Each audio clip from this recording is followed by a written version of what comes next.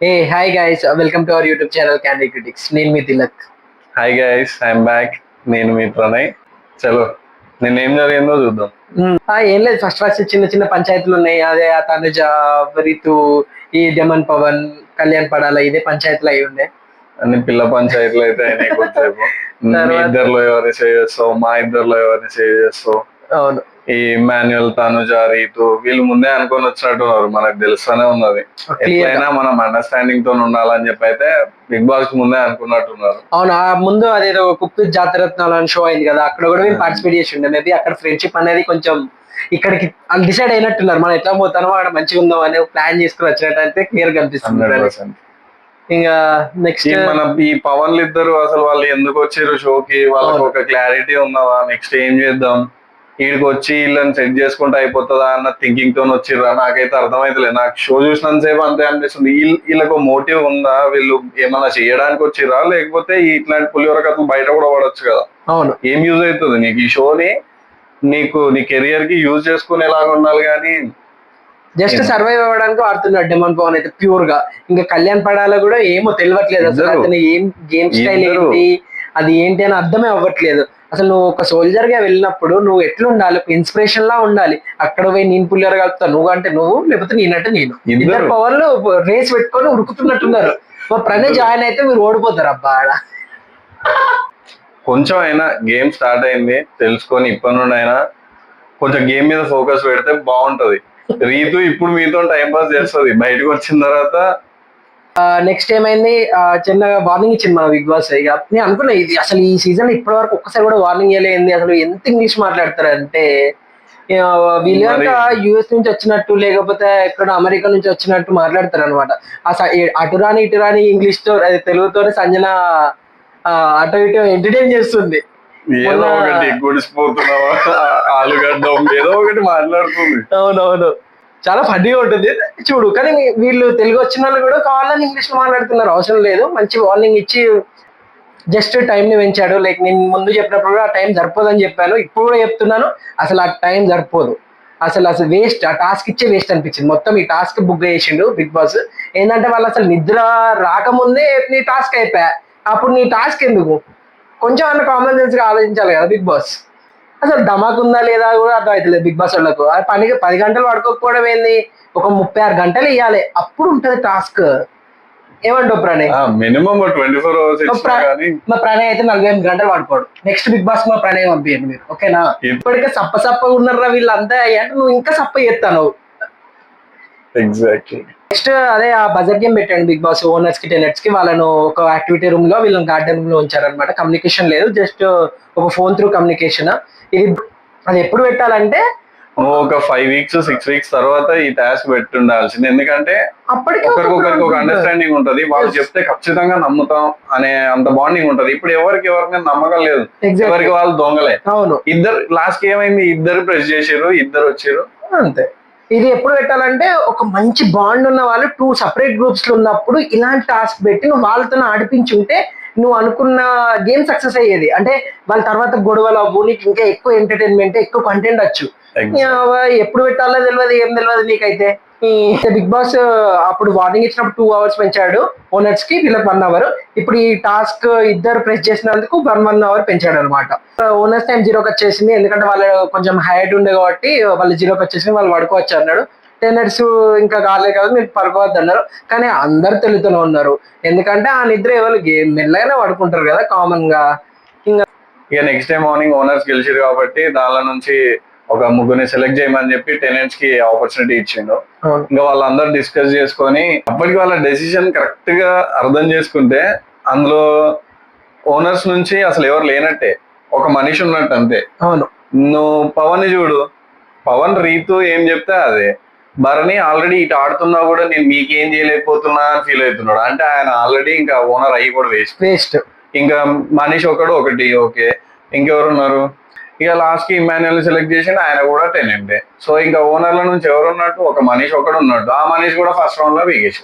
అదే ఇక్కడ నాకు ఒకటి ఏమనిపిస్తుంది అంటే, బర్నీ కావాలని ఎస్టాబ్లిష్ చేస్తున్నాడు. ఏంటంటే డిఫరెన్సెస్ ఆయనే చూపిస్తున్నాడు, ఆయనే చెప్తున్నాడు. మళ్ళీ నాకు ఇట్లా బాధ అవుతుంది, ఇది అవుతుంది. నువ్వు ఓనర్ అయినప్పుడు ఓనర్ గా బిహేవ్ చేయాలి. ఓనర్ టీమ్ సైడ్ ఆడాలి. ఆడాలి. నువ్వు ఆడుతున్నావు, ఆడట్లేదు అనట్లే, కానీ మాటల్లో కూడా అదే క్లారిటీ మెయింటైన్ చేయాలి. ఎగ్జాక్ట్లీ.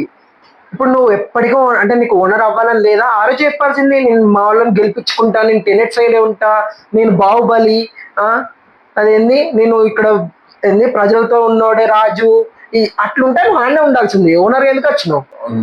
ఓనర్ సైడ్ బర్నీ వచ్చిండు, ఇంకా అదేదో అటు సైడ్ వీక్ టీమ్ అయిపోయినట్టు, ఆయన రావడం వల్లనే వీక్ టీమ్ అయిపోయినట్టు దాన్ని వాళ్ళందరి మైండ్ లో పెడుతున్నాడు. అవును, ఏం చేస్తున్నా అంటే నేనే సుపీరియర్, నేను ఉండడం వల్ల మీ టీం చాలా స్ట్రాంగ్ ఉంది, నేను బయటికి రావడం వల్ల నీ టీం వీక్ అయింది అన్న పాయింట్ పెడతాం అనుకుంటున్నాడు అందరి మైండ్ లో. అసలు చాలా క్యాలిక్యులేటెడ్ గా ఏమన్నా ఆడుతున్నాడు గేమ్. ఈ పెద్ద పెద్ద రివ్యూవర్స్ అందరు కూడా బర్నీ చుట్టూ తిరుగుతారు, బర్నీ టాప్ 5 అంటున్నారు, కానీ అతను ఆడే కన్నింగ్ గేమ్ ఒక్క రోజు బయటకు వస్తుంది. ఆ రోజు క్యాండిడేట్ క్రిటిక్స్ కి మీరు అందరూ లైన్లు కడతారు. ఇలానే అయిపోయింది. అక్కడ చిన్న ఆర్గ్యుమెంట్స్ జరిగినాయి. అదే మన ప్రియా ఉన్ను శ్రీజ తెలిసిందే కదా, జుట్టు పట్టుకొని కొట్టుకోవడానికి రెడీ ఉంటారు. వామ్మో, వాళ్ళకి నువ్వు వాళ్ళని సెలెక్ట్ చేసిన ప్రాబ్లమే, చేయకపోతే ఇంకా రచ్చ. ఎవరు అసలు వింటున్నారా?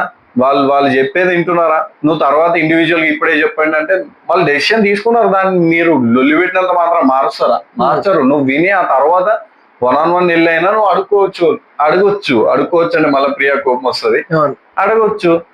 ఒకరి తర్వాత ఒకరు మరి నన్ను ఎందుకు సెలెక్ట్ చేయలేదురా అని అడగొచ్చు కదా. అక్కడ అడిగారు, ఓకే, చెప్పింది వినాలి కదా. లేదు, మమ్మల్ని ఎందుకు సెలెక్ట్ చేయలేదు, వాళ్ళని ఎందుకు సెలెక్ట్ చేసారు, ఇక డబ్బా రేకులు రానైతే ఇంకా ఘోరం. అమ్మో,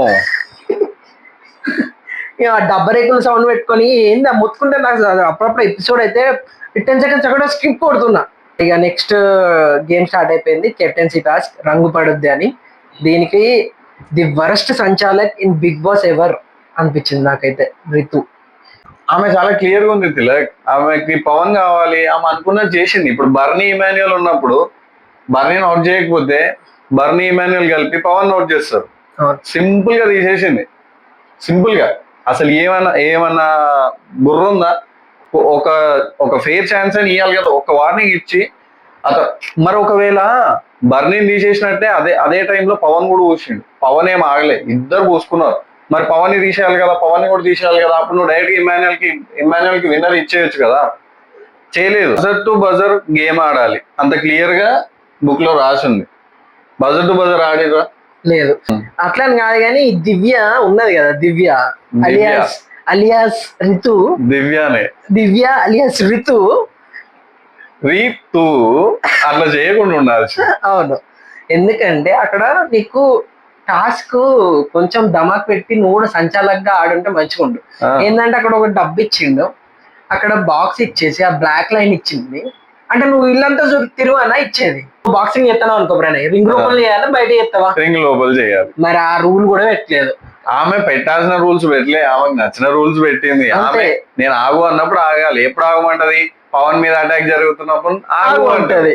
సంచాలక్ డెసిషన్ ఇస్ ఫైనల్ కాబట్టి ఎంత అంటే అంత దిగజారిపోయింది. గట్టి యూజ్ చేసుకుంది ఆ సంచాలక్ డెసిషన్ ఇస్ ఫైనల్ అనే దాన్ని కరెక్ట్ గా యూజ్ చేసుకొని ఆమె కావాల్సినట్టు. ఇప్పుడు ఆమె వైస్ కెప్టెన్ అనుకోవచ్చు మనం హౌస్ లో. చూస్తాం, ఈ వీక్ చూస్తాం కదా. ఇంకా రితుది అయితే అసలు రూపం అనేది మెల్లమెల్లగా ఈ వీక్ మాత్రం క్లియర్ గా బయటకు వచ్చేసింది. ఫస్ట్ వీక్ చాలా క్యాలిక్యులేటెడ్ గా నీట్ గా ఆడింది. ఫస్ట్ నామినేషన్స్ నుంచి మొదలు పెడితే ఈ రోజు వరకు రితు క్యారెక్టర్ రియల్ గా మొత్తం బయటకు వచ్చేసింది. అరవడం, తన గేమ్, తన కన్నింగ్నెస్ అన్ని చూపించేసింది ఈ వీక్. సో ఇక గేమ్ అట్లా అయిపోయింది. వింతగా ఫస్ట్ మనీష్ అవుట్ చేసి, ఆ తర్వాత బర్నీని అన్ఫేర్ గా తీసేసి, ఆ తర్వాత ఇమాన్యుయల్ కి ఛాన్స్ లేకుండా చేసి పవన్ ని గెలిచాడు అనడం కంటే పవన్ ని రీతు గెలిపించింది అనుకోవచ్చు అంతే. ఇక తర్వాత సంజన వచ్చి ఆ కెప్టెన్సీ బ్యాండ్ తోడిగింది చేతికి. ఇంకా రేపటి నుంచి మనం మా పవన్ అయితే నాకు మంచిగా హ్యాండిల్ చేస్తాడు అన్న ఫీలింగ్ అయితే స్టార్టింగ్ నుంచి లేదు. మేబీ ఈ వీక్ లో మనం రాంగ్ అని ప్రూవ్ చేస్తే వెరీ హ్యాపీ. చూద్దాం. ప్రూవ్ చేయకపోతే మేము ప్రూవ్ చేస్తాం, నువ్వు ఎక్కడ ఉండాలో అక్కడ ఉంచుతాం. అయినా శ్రీజ అన్న ప్రియా అయితే రెడీగా ఉన్నారు మీద పడిపోవడానికి. వీక్ అంతా ఎట్లా పడిపోతారో మనం చూస్తాం అంతే. ఇంకేంటి మరి, ఇంకా రేపు కలుద్దాం. మీరైతే ఖచ్చితంగా like, share and subscribe to our channel. And please follow us on Instagram as well. మాకు క్యాండీ క్రిటిక్ అనే పేజ్ ఉంది, ఆడవడం అక్కడ ఫాలో చేయండి. Until then see you, bye.